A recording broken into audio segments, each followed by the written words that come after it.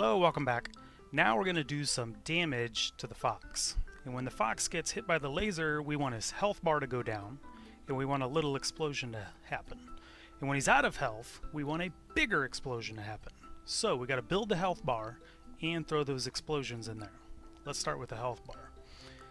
In our canvas, which is our user interface, I'm going to right click, go to user interface, image, and I'm going to call this health bar background,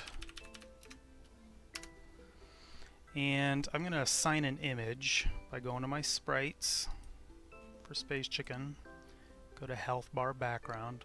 Might need to reselect it. There we go. Now I can drag in my health bar background into the source image, and I'm going to hit set native size. There's the original size, and I'm going to set that to 400 by 50. That looks pretty good, but it's in the middle of the scene. So to anchor this to the top, I'm going to click on this little square here to bring up this anchor window and choose or hold Alt Shift and click on this top middle one. And that puts it at the top. So now it's 0, 0 is way up here. And let's subtract a little bit off of there. So negative 15 off of the top. That looks good. Now we're going to make a child element of this canvas. We're going to right click, go to UI, image, and that makes it indented underneath there. We'll call this health bar red. And of course drag the red sprite onto the source. See what native size looks like. And again, we're going to set it to 400 by 50, and it lines it right up there. And just to make sure, I'm going to hold Alt Shift and anchor it to there. Let's double click it, make sure that's lined up good. Yeah, looks good.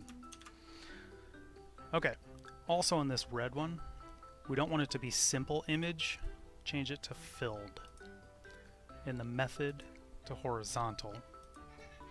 And what that does is it allows a script to modify this fill amount so it looks like his health is going up and down. 1 is full, 0 is empty. So we're going to let the script handle that, and so we have to attach a script to handle that.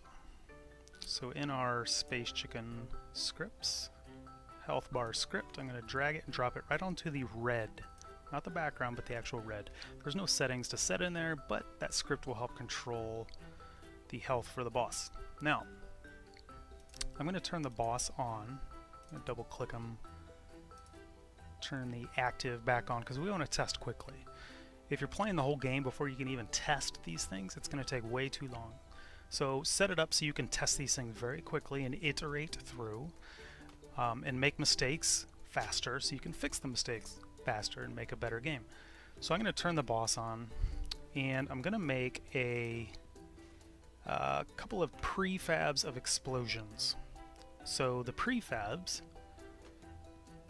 I'm going to take a look at this big explosion effect. And if I bring that into the scene here, you can actually see what it's doing. Very nice, a very large explosion.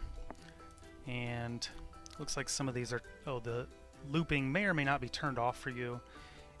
You want it off because you only want it to happen once. So you may have to expand this out and shift click all of the child elements and make sure looping is off for all of those, because if they're on, it will loop through over and over again. This main looping one, you can turn that off too, but the children ones, these indented ones, are the ones that really need to be turned off. So I'm going to save that as a prefab in my prefab, so I'm going to drag it into here. There we go. Now my prefab, it's stored in there. I can take it out of my hierarchy now because I can use it in my boss. Let's go at his script real quick. The boss has a script too that we need to attach from the Space Chicken. There's a boss script. Drag that onto the boss. And now it's looking for, we're not going to give it a bomb yet, that's coming up in a different video, but the boom little and boom big. We just made the boom big from our prefabs there. And that's the big explosion effect. So that's boom big. Now the boom little, let's go build that one. I'm going back to the effects, Fire and explosions, prefabs, and I like the look of this plasma one. I'm going to throw this into the scene. And when the game is playing about this size, that's going to be a little bit large. So I'm going to modify some of these things. First thing I'm going to do, turn looping off for the parent one, but I'm also going to, you see when I select the lightning inside of it, looping is on still for that. So I have to select all these children items and uncheck looping, so it only plays once, and that's what we want. Now temporarily I'm going to leave that on so I can actually see what's going on. As I adjust it, I want to see the size actually changing. So the lightning, actually if you look under shape, there's the radius of the lightning. You can see if I make that really big, let me zoom out a little bit. If I scrub the word radius here, you can see I'm giving it a large area to exist within, and I don't want that. So I'm actually going to tighten that up because I don't want these little lightning bolts all over the screen. I'll make that a lot smaller. Drag the thickness down to, there we go, that's a nice tight little series of lightning. And the shockwave itself, that's that the big flash of light. Start size, let's make that maybe like 0.2. There, a lot smaller. Smoke,